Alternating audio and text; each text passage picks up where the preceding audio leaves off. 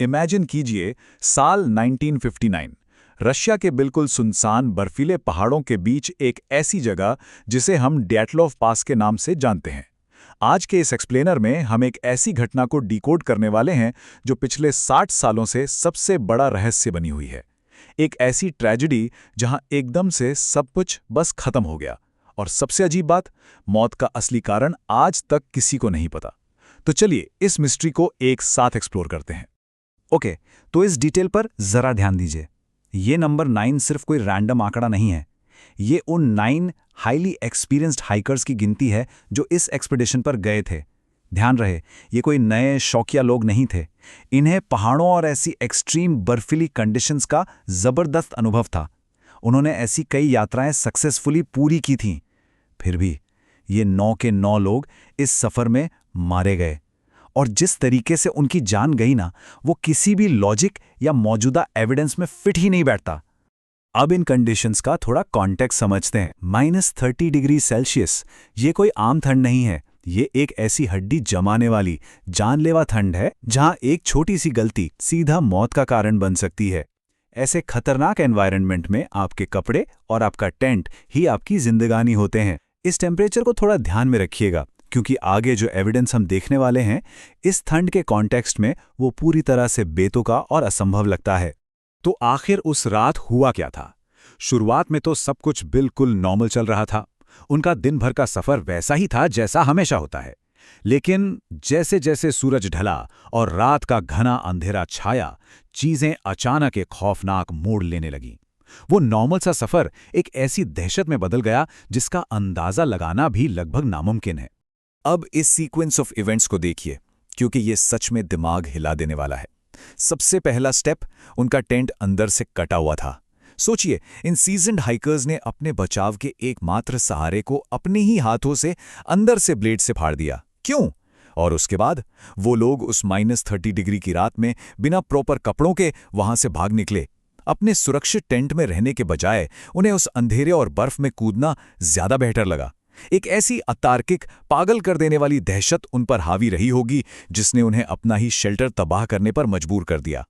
फिर आती है अगली सुबह। रात के उस भयानक खौफ के बाद जब सर्च टीम उन्हें ढूंढते हुए वहां पहुंची, तो उनका सामना एक ऐसे मंजर से हुआ जिसने इस रहस्य को सुलझाने के बजाय और भी ज्यादा उलझा दिया। उन्हें वहां अपना कैंप बिल्कुल लावारिस और फटी हुई हालत में मिला, जो बर्फ और तेज हवाओं के बीच बस उजाड़ पड़ा था। और वहीं टेंट के पास बर्फ में कदमों के निशान मिले। ये फुटप्रिंट्स सीधे जंगल की तरफ जा रहे थे। लेकिन यहां जो सबसे अजीब बात थी, वो ये कि इन निशानों को देखकर साफ लग रहा था कि वो लोग भाग रहे थे, पर एक दूसरे से अलग होकर नहीं, बल्कि एक साथ।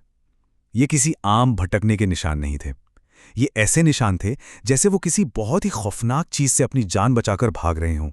जब सर्च टीम ने उन फुटप्रिंट्स को फॉलो किया, तो कुछ दूर आगे चलकर एक पेड़ के नीचे उन्हें पहली बॉडीज जमी हुई हालत में मिली। वहां पर एक और दर्दनाक एविडेंस था, एक आग जलाने की नाकाम कोशिश। जिंदा रहने की आखिरी बेचैन जद्दोजहद में उन्होंने लकड़ियां इकट्ठा करके ठंड से लड़ने की पूरी कोशिश जरूर की थी, पर वो सक्सेसफुल नहीं हो पाए। ये क्लियर करता है कि टेंट छोड़ने के बाद भी उनमें जीने की चाह बाकी थी, पर आसपास का एनवायरनमेंट उन पर पूरी तरह हावी हो चुका था। अब इस केस का वो हिस्सा आता है जहां आम लॉजिक बिल्कुल फेल हो जाता है। अभी तक लग रहा था कि शायद ठंड से मौत हुई होगी, राइट? लेकिन जैसे ही फोरेंसिक रिपोर्ट्स आईं, ये कहानी एक ऐसी इम्पॉसिबल और डार्क मिस्ट्री में बदल गई जिसे दिमाग एक्सेप्ट ही नहीं कर पाता। इस ऑटोप्सी रिपोर्ट की डिटेल्स ध्यान से सुनिएगा। कुछ हाइकर्स की खोपड़ी में भयानक फ्रैक्चर्स थे और पसलियां पूरी तरह चुकनाचूर हो चुकी थीं। ऐसा इम्पैक्ट जैसे किसी तेज रफ्तार गाड़ी ने टक्कर मारी हो। पर सबसे शॉकिंग फैक्ट पता है क्या था? उनके शरीर के बाहर किसी भी तरह की चोट या खरोच का एक सिंगल निशान नहीं था। हड्डियां अंदर से टूटी हुई थीं, पर बाहर से बॉडी बिल्कुल इंटैक्ट। उससे भी ज्यादा डरावनी बात यह थी कि एक मेंबर की जीभ गायब थी। और अगर ये सब काफी नहीं था, तो उनके कुछ कपड़ों पर रेडिएशन भी डिटेक्ट हुआ। एक ऐसी अनजान बर्फीली जगह जहां रेडिएशन का दूर दूर तक कोई स्रोत नहीं था, वहां कपड़ों पर रेडियो एक्टिव पार्टिकल्स का मिलना किसी भी नॉर्मल एक्सप्लेनेशन के बिल्कुल बाहर है। तो जब ऐसे असंभव सबूत सामने आते हैं, तो आखिर जवाब क्या हो सकता है? आइए बिल्कुल न्यूट्रल होकर उन थ्योरीज को देखते हैं जो इस इंसिडेंट को एक्सप्लेन करने की कोशिश करती हैं, ताकि हम समझ सकें कि क्या कोई भी लॉजिक इन सबूतों के साथ फिट बैठता भी है या नहीं। अगर हम इन मेजर थ्योरीज पर नजर डालें तो पहली थ्योरी एवलांच यानी हिमस्खलन की है। लेकिन सच्चाई ये है कि फोरेंसिक एविडेंस और टेंट की स्थिति इस थियोरी से बिल्कुल मैच नहीं करती। हड्डियां टूटने का पैटर्न हिमस्खलन जैसा था ही नहीं। दूसरी थ्योरी एक गुप्त मिलिट्री टेस्ट की है, जिसे सोर्स मटेरियल में एक पॉसिबल एक्सप्लेनेशन माना गया है, क्योंकि वही थ्योरी उन अजीब अंदरूनी चोटों और रेडिएशन को थोड़ा बहुत जस्टिफाई कर सकती है। और तीसरी थ्योरी किसी ऐसी ताकत की है जो इंसान नहीं थी, यानी एक नॉन ह्यूमन एंटिटी, जिसका स्टेटस अभी तक बिल्कुल अननोन है। देखा जाए तो ये सारी की सारी थ्योरीज इन तमाम असंभव एविडेंसेस को एक साथ जोड़ने में पूरी तरह फेल हो जाती हैं।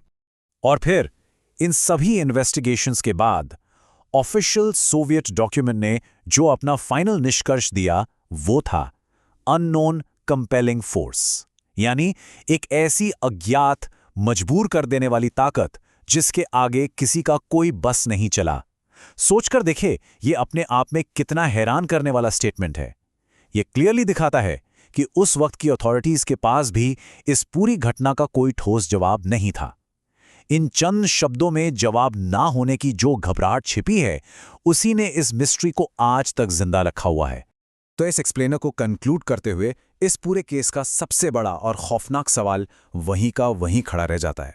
अंदर से फटा हुआ वो टेंट, बर्फ में एक साथ भागते हुए उन कदमों के निशान, बिना किसी बाहरी चोट के टूटी हुई हड्डियां और आग जलाने की वो आखिरी नाकाम कोशिश, ये सब इशारा करते हैं कि उस रात वहां कुछ बेहद भयानक घटित हुआ था। पर असल सच आज भी उस बर्फीले अंधेरे में ही कहीं दफन है। आखिर उस -30 डिग्री की जमाने वाली रात में उन एक्सपीरियंस्ड हाइकर्स ने ऐसा क्या देख लिया था जिसने उन्हें अपने ही शेल्टर को फाड़कर अंधेरे में मौत की तरफ भागने पर मजबूर कर दिया था। ये वही सवाल है जो शायद उस पहाड़ की बर्फ में हमेशा के लिए एक रहस्य बनकर रह जाएगा।